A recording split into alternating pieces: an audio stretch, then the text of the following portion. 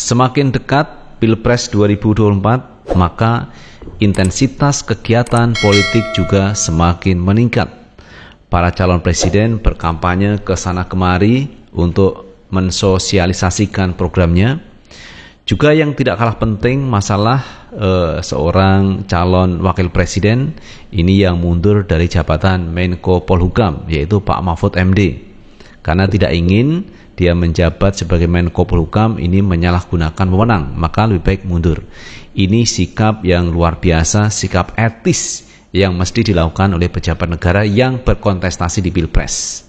Kalau tak mundur berarti ini saya pikir juga tidak etis teman, karena jabatan itu melekat pada dirinya. Bisa jadi dia menyalahgunakan kewenangan sebagai pejabat negara yang melakukan kontestasi di Pilpres 2024. Itu artinya Pak Mahfud tidak takut kehilangan jabatan. Lalu bagaimana dengan Pak Prabowo Subianto? Apakah Pak Prabowo mundur dari jabatan Menhan atau tetap mempertahankan jabatannya itu? Nah, ini sebagai tolak ukur teman, apa yang pernah disampaikan Pak Prabowo bahwa dia tidak takut kehilangan jabatan. Nah teman-teman, terkait hal itu, ini ada dua berita yang juga cukup menarik, datang dari Pak JK yang mengkritisi mengenai bagi-bagi sembako yang dilakukan Pak Jokowi, yang seharusnya bagi-bagi sembako itu dilakukan oleh sekelas camat, tetapi ini dilakukan oleh Pak Jokowi. Juga ada kegiatan Pak Anies Baswedan yang awalnya sempat ini tidak diberikan izin untuk melakukan kegiatan kampanye terakhir di Jakarta International Stadium. Pembagian sembako oleh Bapak Presiden di depan istana, alhamdulillah masyarakat senang.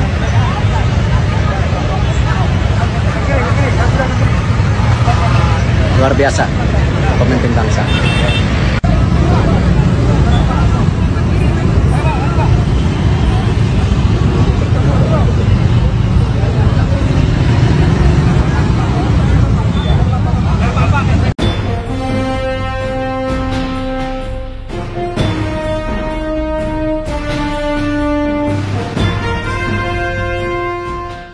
Assalamualaikum warahmatullahi wabarakatuh. Teman-teman, jumpa kembali dengan Enjoy Channel, channel yang membahas berita teraktual, terhangat, dan sedang menjadi perbincangan publik.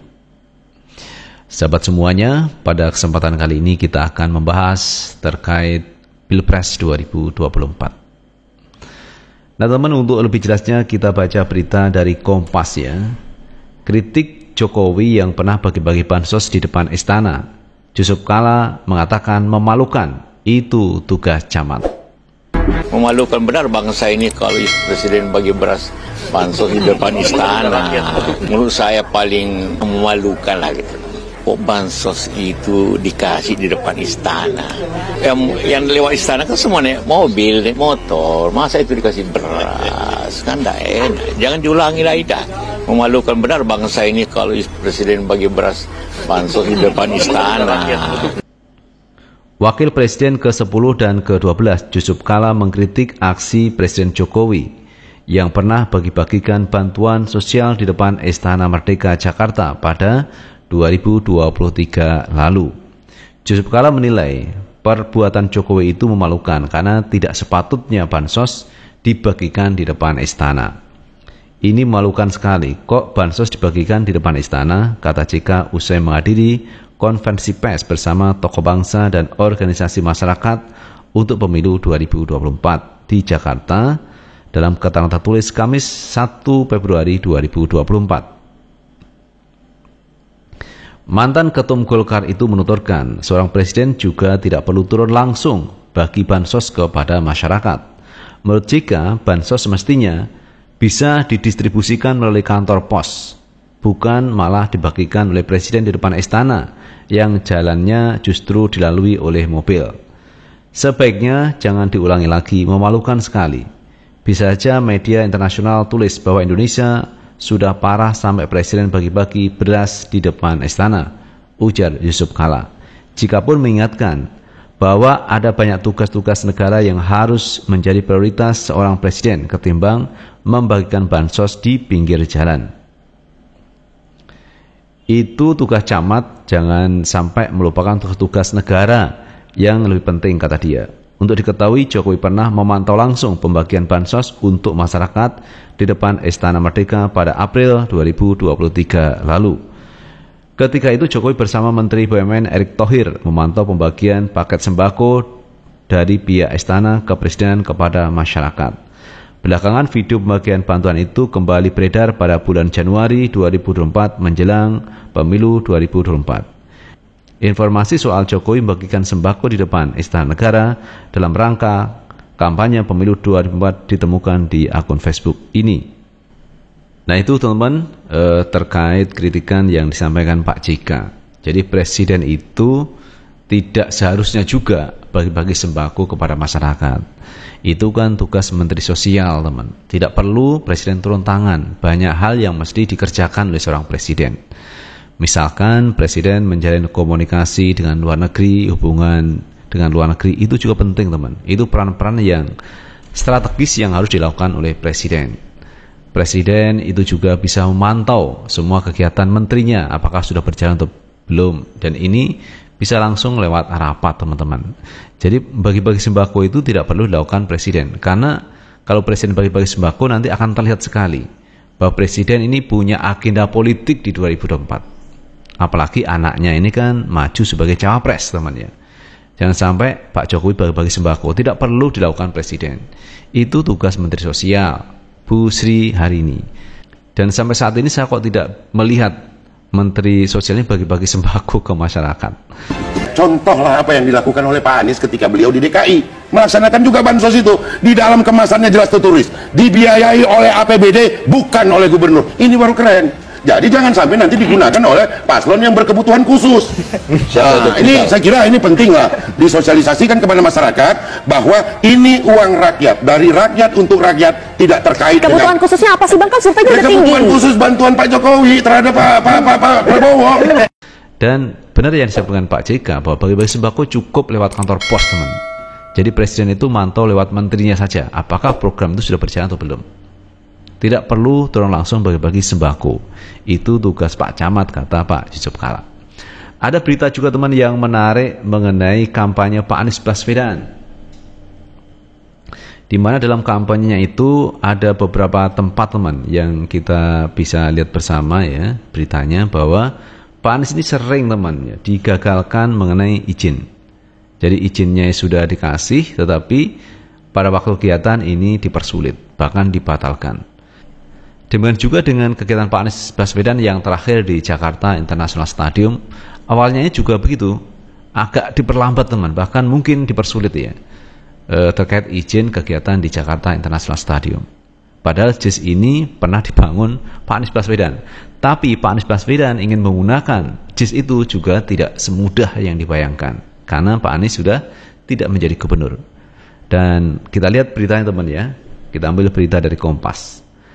Sempat sulit dapat izin pakai JIS, Anies ini kegiatan konstitusional, bukan konser cari uang. Calon Presiden nomor urut 1 Anies Baswedan menegaskan kegiatan kampanye terbuka terakhirnya di Jakarta International Stadium merupakan kegiatan konstitusional. Pernyataan ini Anies sampaikan guna merespon kabar bahwa pihaknya sempat tak kunjung mendapatkan izin tertulis dari Pemprov DKI Jakarta untuk menggelar kampanye akbar tersebut pada Sabtu 10 Februari 2024. Anies yakin semua jajaran pemerintah akan memberikan izin untuk kegiatan politik tersebut. Karena ini kegiatan konstitusional yang jadwalnya pun sudah ditetapkan oleh KPU, kata Anies saat ditemukan awak media di lapangan Reformaso Tembung, Deli Serdang, Sumatera Utara, Kamis 1 Februari 2024. Anies mengatakan agenda kampanye di JIS bukanlah konser untuk meraup keuntungan finansial, melainkan agenda yang berdasar pada demokrasi dan konstitusi. Karena itu Anies, agenda kampanye akbar di JIS akan tetap digelar sesuai dengan rencana. Ia pun membantah bahwa agenda JIS itu akan dibatalkan. Insya Allah JIS tetap berlangsung. Insya Allah di JIS tetap berlangsung rapat akbar penutupan. Jadi bila ada kabar-kabar yang mengatakan bahwa itu ditunda, dibatalkan, itu tidak benar, tutur Anies. Sebelumnya, Bendahara Umum Partai Nasdem, partai yang mengusung Anies Baswedan, Ahmad Saroni sempat menyebut pihaknya tidak kunjung mendapatkan izin tertulis dari Pemprov DKI Jakarta. kesulitan diungkap Sahroni sampaikan melalui akun media sosial Instagram. Nah itu teman ya terkait kegiatan Pak Anies Baswedan, di mana dalam kegiatannya itu memang tidak mudah teman ya. Makanya pernah disinggung Pak Anies Baswedan dalam debat kandidat calon presiden mengenai demokrasi, bahwa demokrasi kita itu mengalami penurunan. Karena di dalam demokrasi, di dalamnya adalah menyampaikan pendapat, suara itu dijamin undang-undang. Nah, sementara ketika Pak Anies melakukan kampanye di bawah tempat, itu sering dibatalkan kegiatan. Padahal sebelumnya sudah ada izin. Nah, ini demokrasi teman ya. Kenapa demokrasi wajahnya seperti itu? Makanya itu sempat disinggung oleh Pak Anies Baswedan. Tapi dijawab Pak Prabowo, kalau demokrasi itu tidak berjalan, tidak mungkin Pak Anies menjadi gubernur DKI Jakarta. Jadi melihatnya jangan hanya sepotong-sepotong. Jadi demokrasi itu harus dimaknai secara umum, secara global. Tidak hanya demokrasi itu dalam hal memilih calon presiden, wakil presiden, calon gubernur, bupati, bukan hanya itu. Tetapi di dalamnya demokrasi itu adalah ada hak menyatakan pendapat, ada orang yang bersuara. Tetapi kalau dihalang-halangi, maka ini wajah demokrasi kita mengalami penurunan, indeksnya turun teman-teman. Jadi melihat demokrasi itu jangan hanya melihat sepotong-sepotong, tetapi secara global. Nah ini teman ya kegiatan dari Pak Anies Baswedan yang sering dibatalkan kegiatannya. Ini menunjukkan bahwa indeks demokrasi kita mengalami penurunan. Padahal kegiatan dari Pak Prabowo ini lancar-lancar saja, tetapi ketika Pak Anies melakukan kegiatan, ini yang sering dibatalkan. Makanya tidak heran kalau Ahmad Sahroni ini mencuit di media sosialnya terkait kegiatan di JIS ini. Awalnya ini sulit untuk didapatkan izinnya, dan saya melihatnya ini sesuatu yang sudah terulang kali terjadi pada Pak Anies Baswedan dalam kegiatan kampanyenya. Itu teman yang bisa kita bahas kali ini. Terima kasih sudah menonton. Jangan lupa tetap like, subscribe, share, dan komen di channel ini agar kita bisa membangun channel ini menjadi lebih baik lagi. Sukses selalu. Assalamualaikum warahmatullahi wabarakatuh.